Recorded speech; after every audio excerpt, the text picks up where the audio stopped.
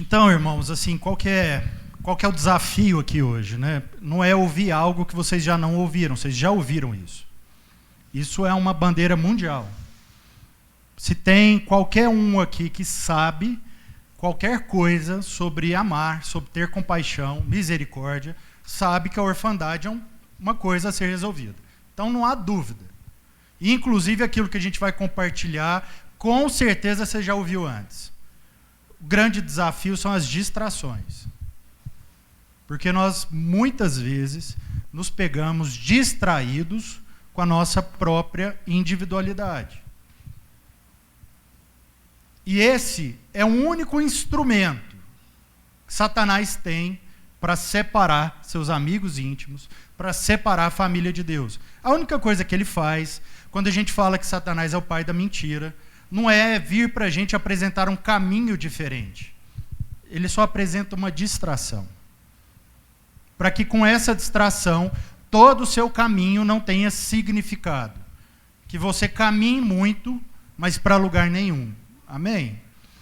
Porque aquilo que a gente vai ler aqui hoje, eu quero começar com vocês, lá em Zacarias 7, não é o texto principal, mas eu quero começar com vocês, para a gente entender que isso já tem sido falado há muitos anos, em contextos mais variados impossíveis, mas nós continuamos não prestando atenção naquilo que Deus ordenou, como Ele queria colocar o mundo em ordem, e nós continuamos distraídos com outras coisas. Amém?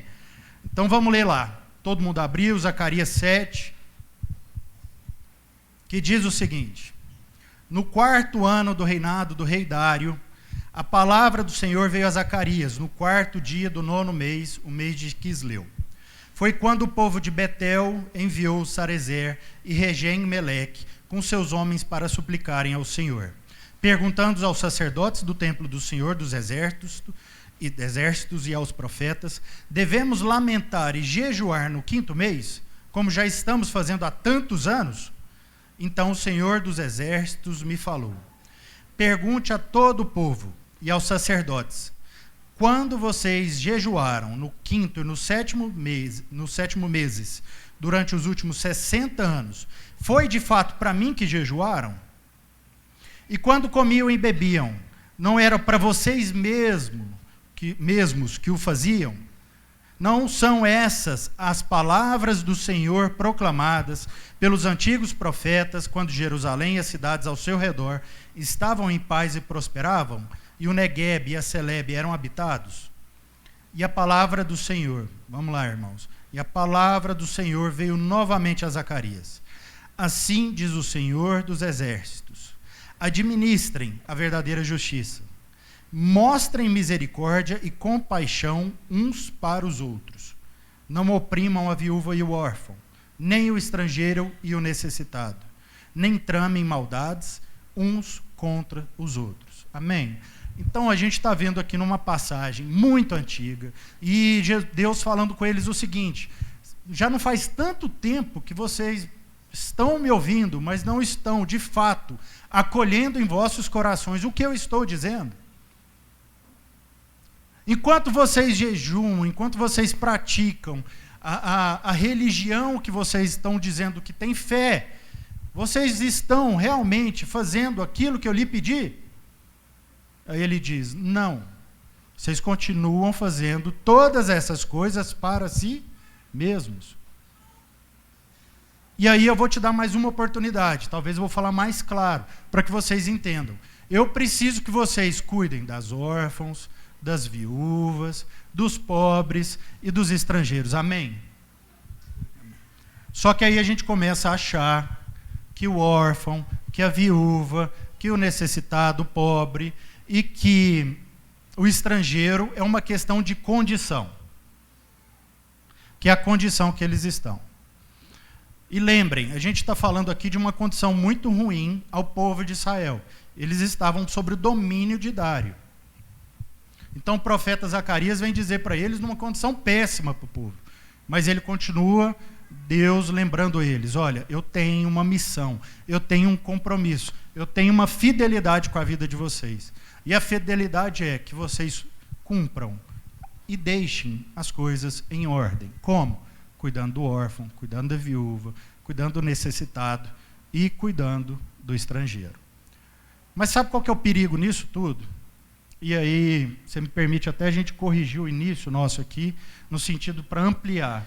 Porque a gente falou de 180 milhões de órfãos no mundo, 150 milhões de órfãos no mundo. Institucionalizados, né? Mas vamos pegar e multiplicar esse número aí por 3 ou por 4. Por que eu estou querendo dizer isso? Porque como a gente concluiu o culto passado, o problema da orfandade não é do filho que não tem um pai,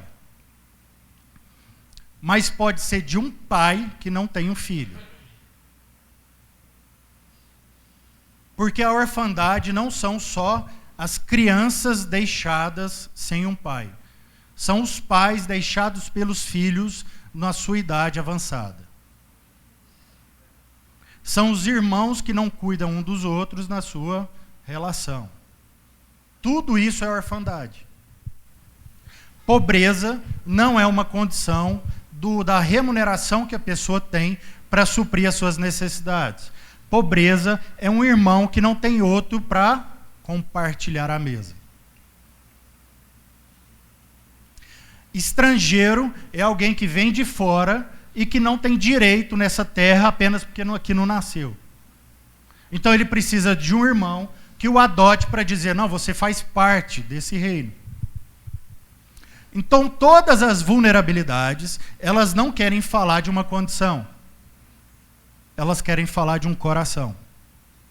Um coração que não compreendeu de que todo o nosso espírito, todo o nosso esforço como povo é para adotar o outro. E é por isso que Deus fez tão difícil a maternidade e a paternidade, para a gente compreender que não era pelo que eu fazia, pelo que eu poderia fazer, não é pela minha capacidade reprodutiva que eu gerarei filhos. E nem que filhos era uma condição hierárquica, de um pai que dá ordem a seu filho. Porque há órfão de filhos que não adotam seus pais. Amém? Vocês estão entendendo aonde a gente está produzindo? Né? Para que esse comece a ter espaço no seu coração, porque com certeza muitas das nossas relações são órfãos desse nosso espírito que não é compartilhado. Nós estamos vivendo uma época onde cada vez mais nós estamos implantando no nosso coração de que a nossa capacidade fértil está nas nossas condições físicas e não espirituais. Então a gente continua produzindo em ciência, em todas as coisas, mecanismos para melhorar a nossa capacidade fértil, quando na verdade ela nunca esteve infértil.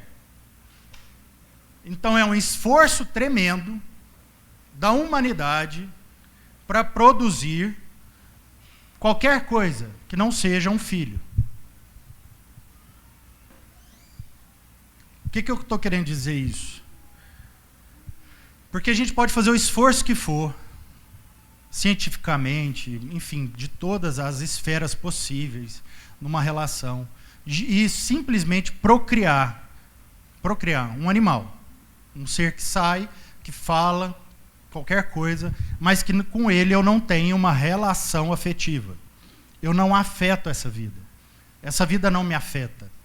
Não há uma troca nela. E a gente não percebe que algumas mentiras vão sendo contadas nesse caminho. E que a gente acolhe essas mentiras. E uma das mentiras que a gente mais ouve é que filho custa muito para a gente. Tem um custo alto. Isso não está longe da gente. Isso está ao nosso lado. Diversos amigos meus fizeram conta antes de ter um filho, para ver se eles dariam conta, com o recurso deles, de gerar aquele filho. Não foi um ou dois, foram vários. E eu estou com vários filhos criados, e sempre que eu falo em ter mais um filho, a primeira pergunta que me fazem é, nossa, mas você vai dar conta? A gente precisa quebrar essas concepções. Isso não pode ter lugar no nosso meio. Isso não pode ter lugar na nossa vida. Se tem um abismo grande entre o que nós precisamos produzir daquilo que Deus nos ordenou e o que nós temos feito, é o tanto quanto nós temos questionados aqueles que têm muitos filhos. Pelo amor de Deus. A gente está questionando a própria essência da nossa fé. E isso nós não estamos falando. Obviamente, desde o princípio a gente tem feito um esforço aqui para não falar dos filhos que serão gerados de uma barriga dentro da nossa casa. A gente está falando de todo e qualquer filho, de qualquer idade, que Deus está gerando no útero da nossa casa.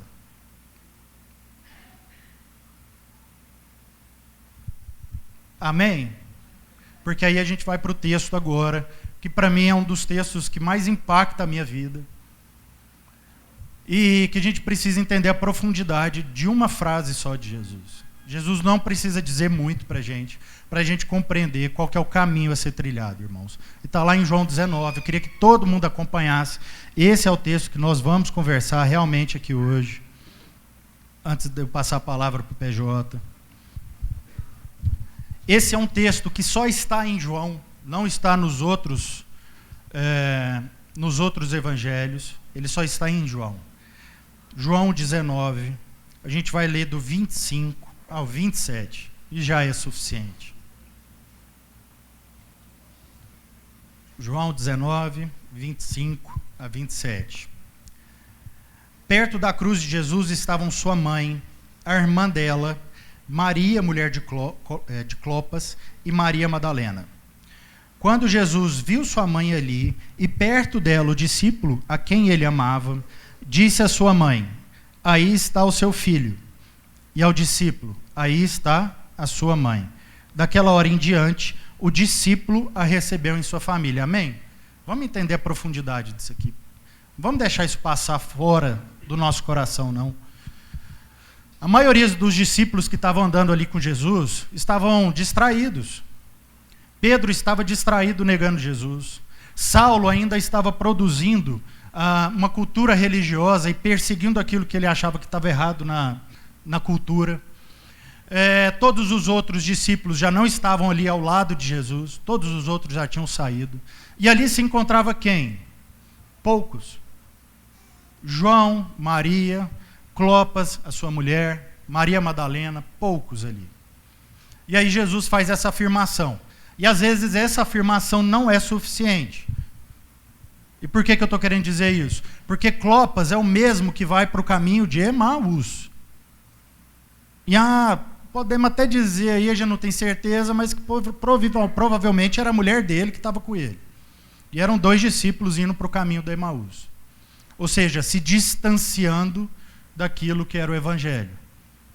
E naquela caminhada ali, Jesus encontra com ele, prega tudo de novo, a Bíblia inteira de novo para aquele povo, faz assim um regaço na vida deles, o coração deles fica aquecido, aquilo ali entra no coração deles, mas ainda assim não toma lugar. E aqueles discípulos falam: não, vem cá, vamos por último momento aí, entra na minha intimidade, vamos aqui, entra comigo, vamos tomar uma ceia aqui comigo. E ali Jesus vai e parte o pão. E naquele pão partido é que os olhos deles são abertos. Abertos para quê? Abertos para adorar Jesus? Ou abertos para terem a vida modificada? Não. Abertos para ouvir aquilo que eles já estavam ouvindo a vida inteira. Não são 2 pessoas estranhas. A gente está falando de 12 discípulos que andaram com Jesus, só um estava lá no momento dele ser crucificado, e que aqueles 2 estavam lá. Então eram pessoas que estavam compreendendo o evangelho a partir de Jesus. Mas ainda assim eles tinham dúvida do caminho a ser trilhado.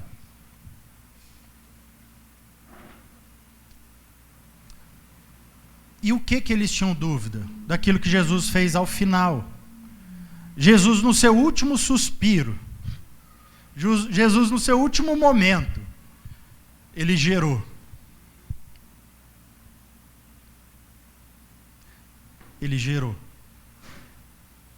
E aí esse texto, para não nos deixar dúvida do que Jesus estava fazendo, Jesus aponta, olha, mãe, está aí seu filho João. Maria, está aí seu filho João. Aí ele vai e faz de novo. Aí, João, está aí sua mãe, Maria. Aí, para a gente não ter a menor dúvida de que é um processo da maternidade da mãe com o filho, ele fala ao final que o discípulo recebeu a mãe em sua família. Quem adotou foi o discípulo João, que adotou Maria em sua família. Então, no final da sua vida, Jesus fecundou no coração de João, no coração de Maria, uma relação familiar. E a gente continua tentando produzir filhos das nossas próprias expectativas. Eu não estou falando coisas que estão distantes da nossa realidade. Porque a questão do filho não é se nós estamos prontos para gerar, mas é se Deus já gerou no nosso coração a paternidade. Então, todo o nosso esforço não deve ser para melhorar a nossa capacidade reprodutiva, mas todo o esforço deve ser para acolher em nosso coração nossa capacidade paternal, do paterno, do pai, a capacidade que Ele já nos deu. Então é por essa certeza que a gente pode dizer, com toda a convicção, de que, como o PJ falou no primeiro culto, que não existe homem e mulher inférteis. Em Deus não existem homens e mulheres inférteis. O que existe no mundo não é a infertilidade. O que existe no mundo é uma ausência de uma paternidade. É porque nós não conhecemos o Pai que nós não conseguimos ser como Ele. É porque nós não temos o íntimo do Pai que nós não conseguimos gerar filhos por adoção. E aí nós mantemos todas as nossas vidas distraídas pelas dificuldades. Amém? Então eu queria pedir para o Reginho, antes de passar a palavra para o PJ, pôr um vídeo aí para a gente, Reginho, você conseguiu? Tá? Que é uma vida com uma ausência de paternidade, simples. O que eu tive foi o estudo da rua, que foi a educação, o respeito, né? Eu estudei quando eu fui presa aqui. A polícia me colocou um 57 porque eu xinguei eles. Eles foram e compraram uma mulher lá, falou que a mulher falou que eu estava roubando ela e coisa que eu não tinha feito. Eu fui presa, né? Mas bem lá dentro eu estudei um pouquinho. Mas assim, ler e escrever bem pouco, muito pouco, sabe? Muito pouco. Continha, eu não sei muito não. Mas eu ergui a mão do céu, então, graças a Deus, o que eu aprendi na rua foi coisas boas, foi coisa ruim. O que eu aprendi é o respeito, eu aprendi a ser uma pessoa educada. Eu não posso dizer que eu sofri na rua, não sofri. Eu acho que a rua foi a melhor casa para mim do que o meu pai. Posso te dar um abraço? Pode. A única coisa que eu tenho de falar é que eu amo eles demais. Como minha filha e como meu filho que está para vir. Eu amo eles demais. Que espero que meu filho venha com saúde. Estou fazendo pré-natal. Estou me cuidando, né?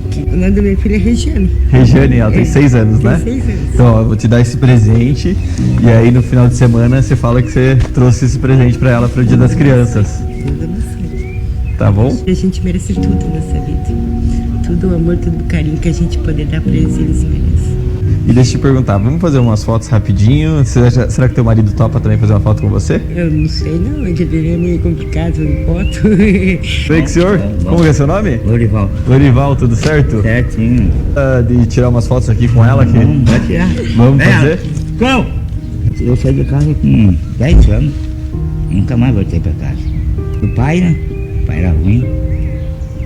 Achei engraxando sapato no centro. Amém.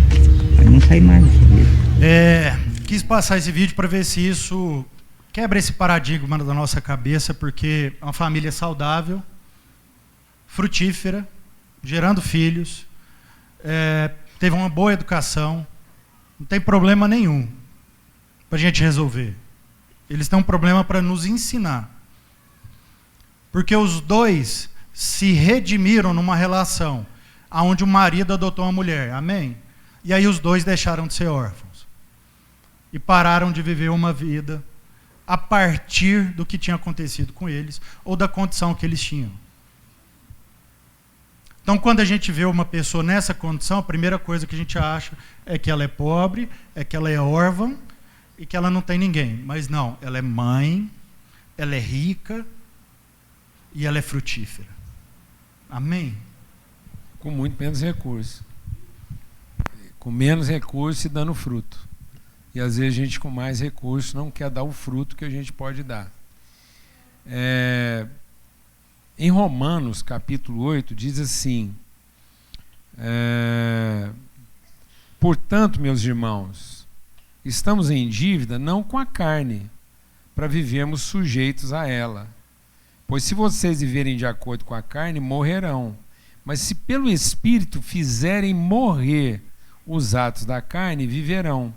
Porque todos os que são guiados pelo Espírito são filhos de Deus. Pois vocês não receberam um espírito que os escravize, para novamente viverem com medo.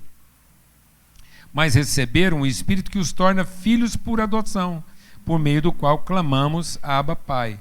E o próprio Espírito testifica com o nosso espírito que somos filhos de Deus. Se somos filhos, somos herdeiros, herdeiros de Deus e co-herdeiros com Cristo, se de fato participamos dos seus sofrimentos, para também participarmos da sua glória. Amados, alguma vez Deus te colocou numa latada? Uma latada assim mesmo, só o capeta para te livrar. Porque ou é Deus ou é o capeta. Então, se Deus te colocou numa latada, só o capeta para te livrar. Alguma vez você precisou do capeta te livrar de uma latada que Deus te enfiou?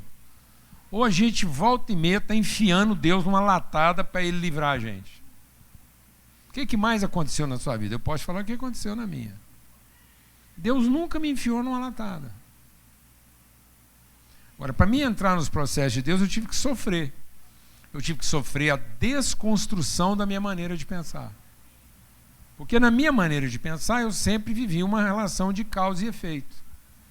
Então eu sempre vivi uma dependência dos recursos. Até que eu entendi que eu tinha que viver uma dependência da palavra e do compromisso assumido. Não é o serviço prestado. Não é o serviço prestado. Deus não nos colocou aqui na prestação de um serviço. Deus não vai te pedir um relatório de todo o serviço prestado. Ele, como pai, só tem interesse. Deus nos abençoou, não foi para fazer coisas. Deus não te abençoou para fazer coisas. Deus te abençoou para gerar pessoas. Ele diz, Deus os abençoou e disse, agora você vai lá, seja fecundo, frutifica e multiplica. Então, se com tudo que você está fazendo, você não está encontrando condições para gerar, você está sendo um mau gestor dos recursos que Deus te deu. E aí você vai prestar contas de recursos, sendo que não era disso que Deus queria conversar com você. Então eu passo a ser devedor dos recursos, quando eu passo a ser um gestor de recursos e não de pessoas. Por quê? Porque eu fiz uma apropriação indevida, de um recurso que não era para ser administrado como recurso. Todo recurso que Deus te colocou é aquilo que Ele te ofereceu para você livremente gerar pessoas e não ter preocupação com recursos.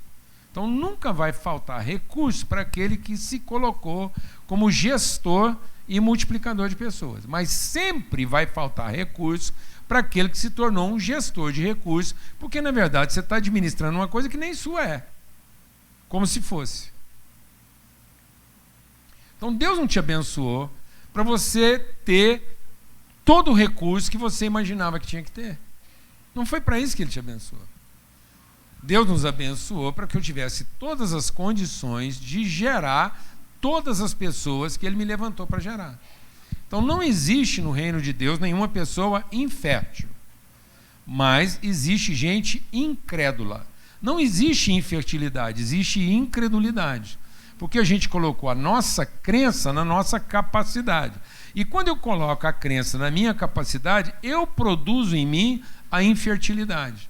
Então a infertilidade é uma condição produzida para quem acreditou na capacidade. Porque quem não acredita na capacidade vai ter toda a fertilidade que Deus te deu para você gerar todas as pessoas que Ele quer gerar através de você. Só que toda pessoa que Deus gera, ela é gerada por adoção e não pela competência. Porque tudo aquilo que eu gero de acordo com a minha competência, eu gerei da minha carne. E tudo que é gerado da minha carne não se aproveita. Eu vou te falar o que a nossa carne gera. Fezes. Fezes, para não dizer outra coisa, porque o horário não permite, é tudo que a nossa carne produz. A nossa carne produz fezes. A vontade mesmo é de falar outra coisa, porque eu ensinei até para meus filhos que a outra coisa que a gente fala não é palavrão, é só uma forma mais popular de dizer. Entendeu? É isso. É pum e fezes. Isso está escrito lá em Isaías. Vocês tiveram dores, o estômago de vocês, o ventre de vocês dilatou, mas não era uma dilatação de útero, era uma dilatação de estômago. Então nós comemos aquilo que nos contaminou, o alimento nos fez mal, então o nosso ventre dilatou no estômago, porque nós fizemos do nosso ventre o nosso Deus. Sendo que a paternidade não habita o estômago, o ventre, ele habita o útero. Foi lá que Deus encontrou sua casa para gerar de lá o seu filho. Então, nós fizemos da nossa satisfação, nós fizemos do nosso prazer o nosso Deus. E aí a gente dilatou, inchou, teve dores.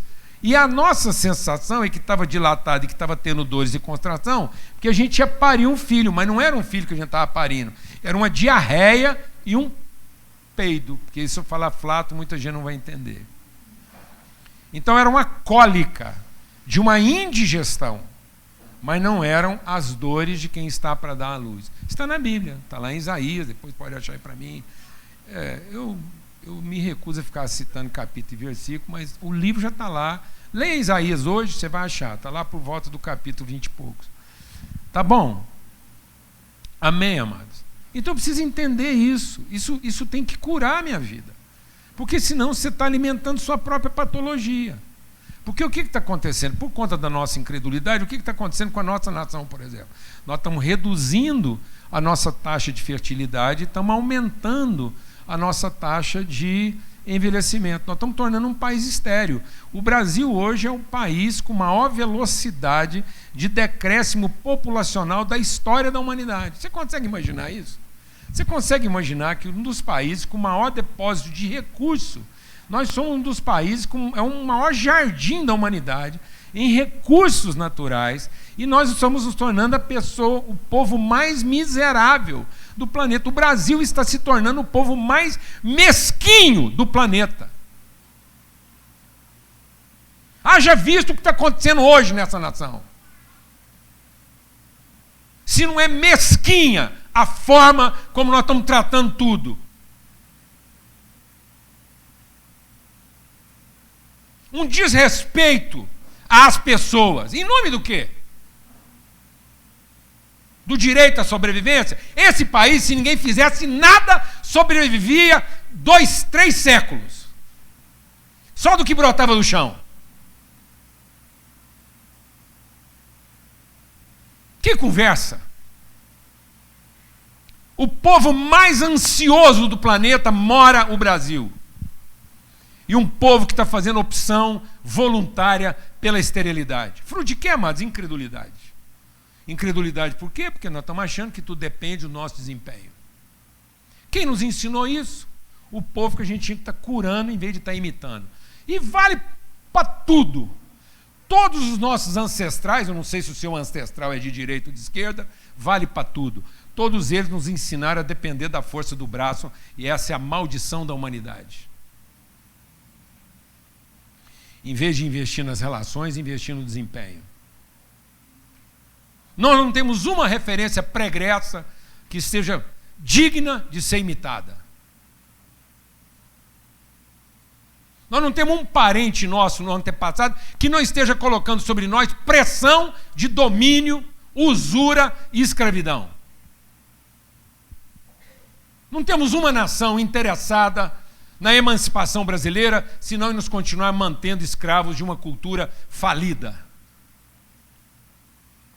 Baseado em quê? Em serviço, porque o serviço leva ao quê? A escravidão. E nós não recebemos de novo o espírito de escravidão. Nós somos a libertação. Se a gente pudesse o quê? Adotar. E adotar o quê? Pessoas que não se parecem nossos parentes. Quem é o país com maior miscigenação de raça e cultura? Quem é o país hoje mais multicultural do planeta? Quem é mais? Fala para mim. Quem é o país mais multicultural do planeta? Roda o mundo. Roda o mundo e encontra em qualquer outro lugar do planeta uma associação sírio-libanesa. Desafio você. Vai na China, na Rússia ou nos Estados Unidos e encontra uma associação sírio-libanesa. Acha para mim. E para piorar, o povo do lugar ainda chamar esse povo de turco. Aí que lascou. Sai fora do Brasil e chama um sírio e um libanês, propõe uma sociedade entre os dois. E depois que eles fizerem a sociedade, chama os dois de turco. E vê o que vai sobrar de você para contar a história. Onde isso acontece, amados? Porque nós seríamos o país do quê? Da adoção. Sabe, amados, antigamente, a gente tinha cuidado para falar um mal um do outro, que podia ser irmão. Hoje a gente está ficando raça pura, nós não temos medo de falar que o outro é inimigo.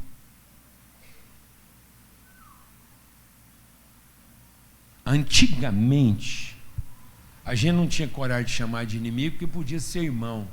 Não sei, às vezes era filho de uma tia que eu nem conheci. Uma viagem do meu pai meia perigosa. Hoje não, amados. Hoje que a gente está ficando mais ensimismado, mais competente e mais cheio de direitos, nós não temos tendo dificuldade de chamar irmãos de inimigos. Antigamente, a gente tinha cuidado de não chamar inimigo de inimigo, porque podia ser um irmão. Nós estamos ficando doentes. E estamos ficando doentes por causa de um espírito de quê? De servidão, que a palavra de Deus diz que a gente ficaria de novo o quê? Escravo. Escravo das competências. Não há um filho, uma filha de Deus estéril. Porque Deus gera filhos por adoção. E a adoção não gera uma categoria de filhos. A adoção é a única forma de Deus ter filhos.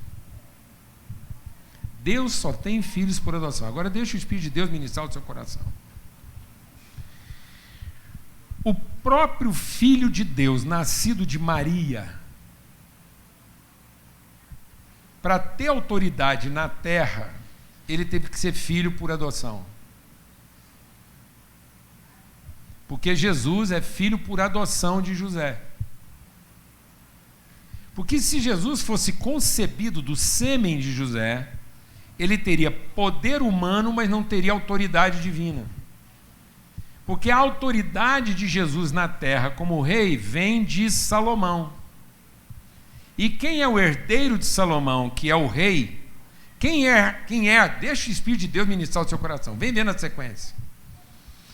Deus estabelece o seu rei na terra através de Davi e não dos seus irmãos. Os seus irmãos mais velhos, que eram merecedores do direito, Deus disse, eles não serão rei. Porque o único rei de direito que Israel teve não prestou. Deus falou assim, você quer um rei? Você quer um rei? Então eu vou dar um rei para vocês segundo o coração de vocês. Sabe quem foi o rei segundo o nosso coração? Saul. Aí Deus falou assim, agora eu vou dar um rei segundo o meu coração. Aí segundo o coração de Deus, esse rei é um rei por adoção, que é Davi. Porque pairava sobre Davi a suspeita se ele era de fato filho de quem? De Jessé, porque ele não se parecia com seus irmãos. Você está percebendo a bronca? Porque todos os irmãos de Davi eram altos, tinham força, capacidade. O Davi era baixo, ruivo, do cabelo enrolado. O Davi era meio assim, araçá.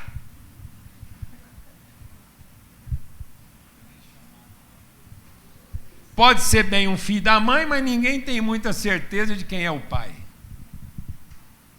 Tanto que o próprio Davi, num salmo, piora a dúvida. Porque Davi levanta uma suspeita sobre ele mesmo e diz assim: em pecado me concebeu minha mãe. Então, rolava um estresse na casa de Jessé. Aí você entende por que Davi ficava com as atividades inferiores, enquanto estava todo mundo vestido para ser reconhecido como rei, disputando quem seria o novo rei. O Davi estava lá fazendo aquilo que Deus nos chamou para fazer, cuidando das ovelhas.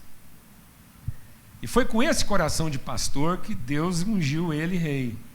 Aí Davi levou Deus para uma latada. Deus nunca levou o Davi para uma latada, pelo contrário, promoveu ele. Mas nós, como bom mestiço, gostamos de levar Deus para umas latadas. E o Davi levou Deus para uma latada, envolveu lá com a Betseba, matou o marido dela, vem Deus para arrumar a casa. Glória a Deus, irmão. E na arrumação da casa, Davi teve que sofrer o ônus lá de ver o filho dele morrer. Amém? O menino nasceu, não sobreviveu, morreu. No lugar dele, Deus levantou quem? Salomão, que é uma redenção de Deus a um imbróglio humano. Você está entendendo isso aqui, meu irmão? Que não é pela nossa capacidade, porque ninguém aqui está apresentando para Deus uma proposta que seja digna de mérito. Ninguém aqui promoveu Deus. E nem estamos aqui para promover Deus nesse país, nós estamos aqui para conhecer Deus nesse país. E aí, Deus vai lá, levanta o Salomão. E é o Salomão que herda essa raiz de reino. E o José, quem é o filho de Salomão? Não é Maria. É quem? José. Então, se Davi não fosse adotado por Salomão, ele teria poder de ser homem, mas não teria autoridade de ser rei.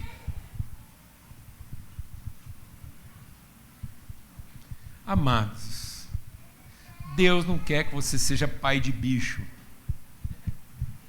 Amém? Amém? Deus não quer que você seja pai de bicho. Deus quer que você seja pai de príncipe e sacerdote. E para ser príncipe e sacerdote, nós temos que adotar os filhos que Deus quer nos dar e não ficar pedindo para Ele salvar os filhos que a gente dá conta de parir. Porque qualquer cachorro pare em quantidade maior que a nós. Se fosse assim, Deus não tinha escolhido nós, tinha escolhido os coelhos. Se fosse para encher a terra de carne, Deus tinha escolhido os coelhos. Enquanto um elefante leva 13 meses, o coelho leva 3 meses para parir 10. Então o mundo já estava cheio de coelhos se fosse para encher o mundo de carne, entendeu? Então não é isso. Não é para parir um pedaço de carne para depois ver se Deus salva aquilo. É para adotar os filhos que Deus quer nos dar. E os filhos que Deus quer nos dar vão trazer para nós o desafio de não se parecer com o tipo de filho que a gente queria ter. Porque na primeira dificuldade real que você tiver com o filho de Deus, talvez fugindo para o Egito, talvez tendo que viver com aquela suspeita da cidade inteira, mas esse menino não parece com ele. Essa Maria conversou José com essa história de religião, mas no fundo ela deve ter tido uma escapada aí. Alguém está entendendo o que eu estou falando? Não precisa ser mais preciso. Por isso que o José, quando olha para Jesus, não vê nele beleza alguma que o agrade. Então espera. Vai ter aquele momento em que essas coisinhas miúdas, tão cheias de doçura, vão trazer para nós belezas que não nos agradam, que a gente não vai ver como belo. Os filhos trazem para nós belezas que você jamais identificaria como o belo, porque não nos agrada. Sabe por que eles fazem isso? Para nos arrancar dos nossos limites humanos medíocres de querer ser bicho. Sabe, amado, em frente à minha casa tem um punhado de cachorro pensando que é gente. E ao mesmo tempo tem um punhado de gente pensando que é cachorro. Porque a maior desgraça do dia hoje não é cachorro pensando que é gente. Isso desde o tempo do circo já tinha. O dia que inventaram o circo, os animais já começaram a pensar que era gente só porque imitava algumas coisas que a gente faz. Agora, a desgraça é de que algumas pessoas estão nascendo, crescendo nesse ambiente e elas estão começando a pensar que é bicho. Porque agora elas estão se contentando a ser tratadas como cachorro, só porque tem uma boa ração, um bom uniforme e porque pode sair de casa num ambiente seguro e porque tem uma assistência médica para cuidar delas.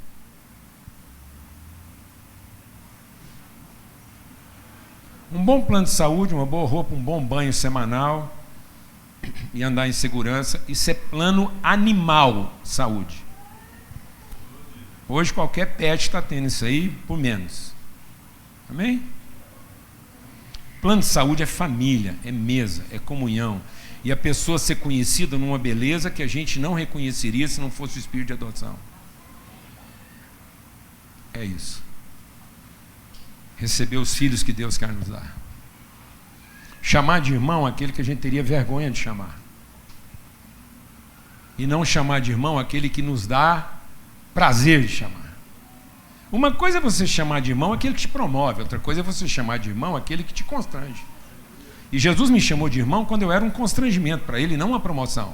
Você pensa que alguém, no meu momento melhor, me engana me chamando de irmão? Não, mas eu só sou consolado quando eu estou desapontando alguém, mesmo assim ele insiste, fala assim, não, mas apesar de eu não ver nesse momento beleza em você, eu não duvido de que você é meu irmão. Então, em nome de Cristo Jesus, vamos receber por adoção os filhos que Deus quer nos dar. Porque, caso contrário, nós estamos condenando as pessoas a ser um pedaço de carne. Bem cuidado. Lá em casa eu tenho uns no freezer. Depois a gente desce eles para a geladeira para eles descongelando naturalmente. Mas depois, irmão, é bife. E é isso que no fim, no futuro, as pessoas estão se tornando para nós. Um bife. Ao ponto, bem passado, ou de peixe, ou de carne, ou de frango, mas não interessa, é bife porque vão alimentar nossas carências e não verdadeiramente cumprir seus propósitos. E se você está criando filhos para no fim depois alimentar suas carências, é bife. Porque o Deus está no nosso ventre. Mas nós recebemos os filhos de Deus porque eles possam cumprir um propósito. E aí nós os adotamos. Cuidamos deles, eles vão nos levar para lugares que às vezes a gente não gostaria de ir. Amém? Em nome de Cristo Jesus. Nós temos alguns apelos aqui hoje para fazer, inclusive nesse sentido. Vem cá, Laurinho. Porque, amados, isso tem que transformar nosso entendimento. E mais, vou te dizer uma coisa. Segura a onda aí um pouquinho. Quando o Rafa está falando, a gente está compartilhando. Vem cá, quando a gente está falando dessas coisas, essa adoção passa lá por aquele cunhado demente. Sabe aquele cunhado perturbado, demente, que azarou sua vida o tempo todo? E você vai adotar ele, os filhos, o sobrinho. Amém? Se você quiser, a gente ora para ele morrer. Se ele for um caso incurável, um cara na boa, nós não vamos matar, não, se dar veneno. A gente vem cá, ora e devolve ele para o fabricante. Fala, Deus, esse cara aqui está complicado. Nós garantimos o velório, vamos lá, cantamos hino. Estou falando sério, mano. Paulo falou isso. Paulo falou, tem umas pessoas... Eu estou falando sério, mano. Você acha que eu tenho esse receio? Tem não, mano.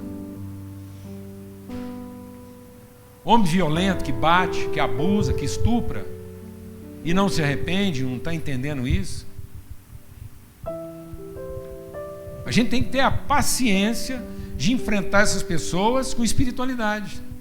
Reunir a comunidade, orar e devolver eles para Deus. Eles vão morrer de morte natural. Eles vão naturalmente voltar para Deus e prestar contas lá. É isso que Deus quer na nossa autoridade. Às vezes as pessoas ficam falando de muita coisa complicada. Para mim, a régua é mais embaixo. Abusadores, gente promíscua. A Bíblia manda a gente cuidar da viúva, então beleza. É preferível cuidar da viúva do que da mulher agredida. Ninguém precisa matar, não. Ninguém precisa pôr a mão em ninguém, não. Nem estou ameaçando também. Mas é o Senhor da vida. Paulo falou aí, tem um homem aí no meio de vocês que está fazendo o inferno de todo mundo. Por que vocês não se ajuntam e não falam com o Pai? Ele volta para casa, vai prestar contas a Deus. Em nome de Jesus, amados. Isso não é uma ameaça. Isso é responsabilidade. Deus mandou um dilúvio. Por que Deus mandou o dilúvio? Porque tinha zona demais? Deus mandou um dilúvio porque o governo era ruim, porque tinha muita gente corrupta? Não. Sabe por que Deus mandou o dilúvio? Porque tinham mulheres e crianças sofrendo injustamente e não tinham como se defender. Deus zerou a ficha, porque não suportou ver viúvas e órfãos sendo abusados. E já tinha corrupção. Quem governava no tempo do dilúvio? Era um governo de esquerda ou de direita? Você sabe? Eu não sei. É porque tinha prostíbulo? Porque tinha contrato mal feito? É porque tinha gente que roubava? Não, isso desde que saiu do Éden. Sabe o que chegou nas narinas de Deus e ele não suportou? Mulheres e crianças sendo abusadas, sem ter como se defender. Em nome de Jesus.